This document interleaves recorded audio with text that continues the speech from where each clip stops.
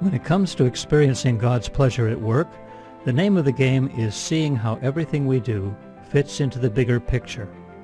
It's the larger frame of reference that enables us to make sense of all the smaller pieces of our lives.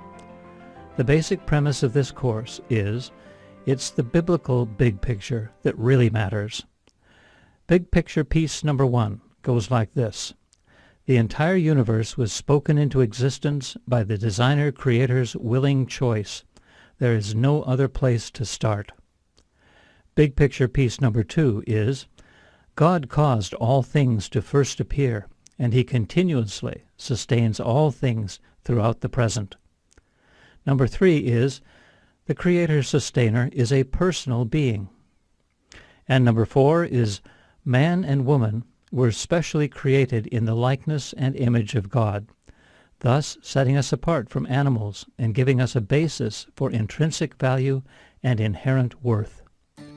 No human being can earn his or her worth. It is given to each of us by the very fact that we are all made in the likeness and image of God, knit together by him in our mother's womb. And that same designer-creator continues to sustain our bodies and give us our next breath. Being made in the likeness and image of God is the determining factor of human identity. It sets people as far apart from the ape as from the ant or the plant. In chapter 15 of the text, we turned a corner. We took a look at modern thought, and we saw how modern thought paved the way for postmodern thought. What was modernism about? How was it different from ways of thinking that preceded modern times? Here's one way. According to biblically based thought, which preceded modern times in Western history, we have the ability to break God's moral laws, but we do not have the right to break them. Yes, we are free to disobey God's moral code in the same way that we are free to jump off the edge of a cliff. But we have no choice but to fall to the ground. Perhaps we must think again about our idea of freedom. Yes, we are free to jump, but we are not free to choose the consequences. All this brings us to big picture piece number 5. God has set in place non-optional, non-negotiable moral laws for our good, and when we disregard them, we hurt ourselves and others. This was Moral Order 101, prior to modern times. Modern thought saw things differently. The French philosopher René Descartes, who got modern thought going in the 1600s, declared, "I think, therefore I am." It was Descartes who brought independent human reason to the fore, as the new plumb line for determining truth and reality. Although it did not happen right away, over time the idea that God gave us higher law and a divine book by which to measure all truth claims fell by the wayside. God and the Bible were eventually deemed unnecessary. Scientific rationalism took their place. This was the Age of Reason. The Age of Reason and the Enlightenment that followed had 4 key characteristics. 1. Reason, based solely on observation and measurement, is the ultimate authority and guiding light. Number 2, there is a strong faith in human self-sufficiency and trust in the intellect. 3. Objective truths are believed to exist, that is, truths that are true for everyone, but they are to be discovered through independent reason and scientific rationalism.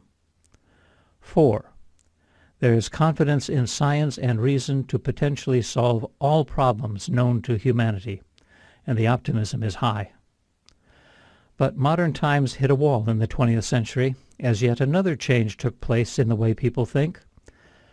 During the 1920s, a new branch of physics developed, called quantum physics, or quantum mechanics. This is the study of minuscule elements of atoms, such as protons, electrons, neutrons, and quarks. Scientists discovered that in the subatomic world, things didn't behave the way Isaac Newton's laws of motion and movement said they should behave. In the 1600s, Newton used the scientific method to quantify laws of physics, gravity, and motion. In the Newtonian view of physics, laws of cause and effect were consistent, universal, and absolute. That is, they worked every time in the same way everywhere in the universe. Scientists of the 1920s, however, found that in the subatomic world, things didn't operate by consistent, universal, absolute laws of cause and effect. Newton's mechanical cause and effect laws were perceived as not functioning precisely at the subatomic level. Scientific facts were no longer absolute or universal. Many scientists perceived the subatomic world as operating by rules that are inconsistent. Scientific certainty was no longer certain. Some, but not all physicists, saw subatomic matter as acting in different ways depending on how the observer examined it. Newton's laws were still seen as valid for describing the so-called mid-scale phenomena, that is, the scale of everyday human experience, and they were useful for sending rockets into space, but they weren't useful for describing what went on at the micro level, that is, at the level within the atom. Quantum physics introduced a measure of uncertainty to a field of knowledge that for several hundred years had been governed by certainty. Predictions of how things would happen at the subatomic level were probable, but not certain. Some thinkers began to take the ideas of quantum physics and extrapolate them to apply to other aspects of reality, far removed from physics, such as philosophy, morality, ethics. Some 20th century thinkers began to use quantum physics as a popular argument for the concept that truth itself is not absolute, universal, or certain. Truth depends on how the observer observes it. Truth in this scheme of things is what an individual perceives it to be. On top of this development, the 20th century saw two devastating world wars, producing destruction that was previously unimaginable. The First World War was called the War to End All Wars, and the Second World War concluded with the dropping of 2 atomic bombs on 2 Japanese cities that killed over 100,000 people instantly. Following World War II, an estimated 170 million people were killed at the hands of their own governments, all in the name of ideologies. On top of all this, the Industrial Revolution produced pollution of previously unseen proportions. People began to wonder if scientific rationalism was going to bring us to utopia after all, or to the eve of destruction. By the 1960s, there was a widespread reaction to modernism, particularly on the part of a lot of young people who declared, "Don't trust anyone over the age of 30. In the 60s, modern optimism turns into postmodern cynicism. A belief in progress turns to a sense of regress. The mechanical universe is perceived as impersonal, purposeless, meaningless, and people began to embrace postmodern thought, which has these characteristics. Reason is not the ultimate light and final authority. Personal opinion, intuition, and gut instinct can be just as valid. There is no such thing as universal, absolute, or certain truth. In postmodern thought, truth is a construct determined by different social groups, and it varies from group to group. All truths are valid. And there is no standard or unified center of meaning and values for everyone. Truth is truth for you. All of this led to a resurgence of moral relativism. A resurgence because it really wasn't new. It was practiced in ancient times as well. It is the idea that morality is relative to the collective social group or to an individual's desire. In either case, there is no regard for absolute, universal, non-optional law that applies to everyone, everywhere, in equal measure. In postmodern thought, there is no higher law or truth above all truths. There can't be. That's because there are no certain or universal truths that stand over and above all others, by which all other truth claims can be measured. This was the old way of thinking prior to Descartes. To go back to this way of thinking would be regressive. The way forward was progressive. This leads us to big picture piece number 6. Since the fall, human beings have experienced an internal problem with sin, a natural bent to go our own way rather than God's way, and to be a law unto ourselves. That's where we are today, people doing what's right in their own eyes once again. It's ancient times revisited. But all is not lost. There is an upside to postmodern times. Here are a few silver linings to the cloud. First, overconfidence in human reason is being corrected. It's a good thing human reason has been dethroned as king.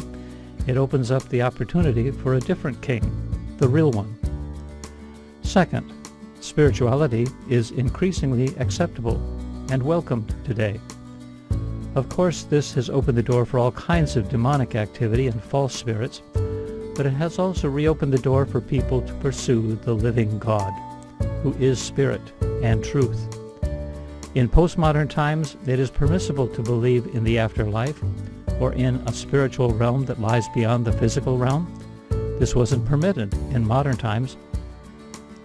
Finally, because of the 20th century turn, the importance of relationships is being rediscovered. These are favorable developments because they provide opportunities for followers of Christ to live out the implications of their faith in the workplace. We can start by being more intentional about loving the people that we work with. What does it look like to be a genuine lover of people in the workplace? Or, as we put it in the text, how can we be more lopsided at work, at school, and at home? Here are some of the signs of lopsidedness. We are patient with our co-workers. We genuinely care about their well-being and express it through our actions. We affirm their abilities and celebrate their successes. We do not try to impress them with our own successes. We are civil and polite with them. We are not irritable with them. We forgive and forget their offenses.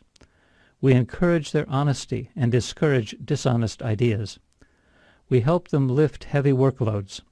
We believe in them. We hope for their best. We stick with them through tough times. And we are there for them when they need us. Does this sound familiar? Yes, it is Paul's description of love found in 1 Corinthians 13, verses 4 through 8. We will leave you with this final thought from chapters 13 through 18 in your text. In Colossians 3:23, Paul wrote these words specifically to slaves who were being told what to do every day by their masters. Whatever you do, do your work heartily, as for the Lord, rather than for men. Perhaps you've heard that saying, what would Jesus do? The implication is, what would Jesus do if he were me? But what if we change this to, what would I do if this customer or coworker was Jesus? What would I do if the car I'm repairing were Jesus' car? What would I do if the fund account I am managing was Jesus' account? What would I do if the meal I am preparing was for Jesus to eat? These 4 letters, WWID, could start another revolution. Try it in your own sphere of influence this week.